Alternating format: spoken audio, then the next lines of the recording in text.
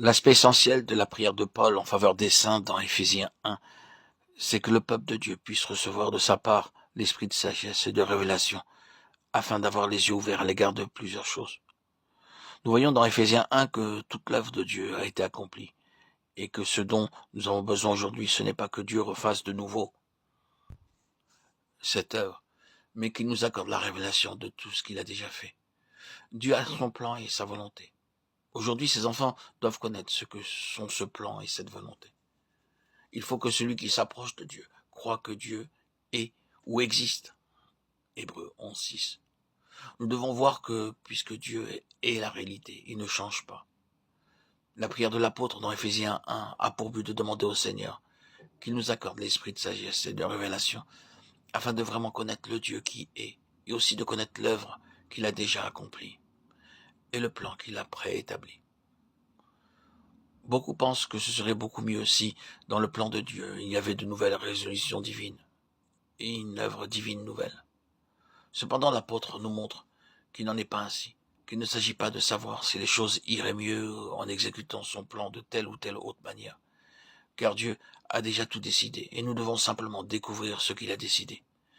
Nous avons besoin de l'esprit de sagesse pour comprendre l'œuvre qu'il fait, et nous avons besoin de l'esprit de révélation pour connaître l'œuvre qu'il a déjà accomplie. Si nous sommes ainsi éclairés, nous expérimenterons quelque chose de nouveau et nous pourrons devenir utiles dans sa main. Paul nous révèle dans ce passage des Éphésiens que l'œuvre de Dieu comporte deux aspects. Le premier, il l'a décidé avant la fondation du monde.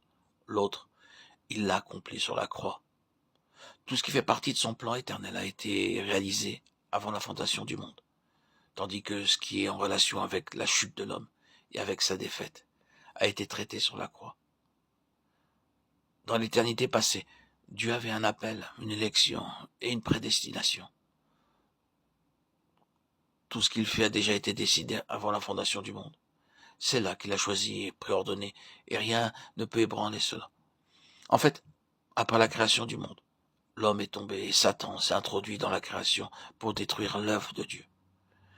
Mais grâce lui soit rendue, la puissance qu'il manifeste envers ceux qui croient est infiniment grande. Assurément, il y a eu la chute, mais il y a eu aussi la rédemption. En effet, il y a la mort, mais il y a également la résurrection. Dieu a un plan éternel, et il détient la rédemption par le moyen de la croix.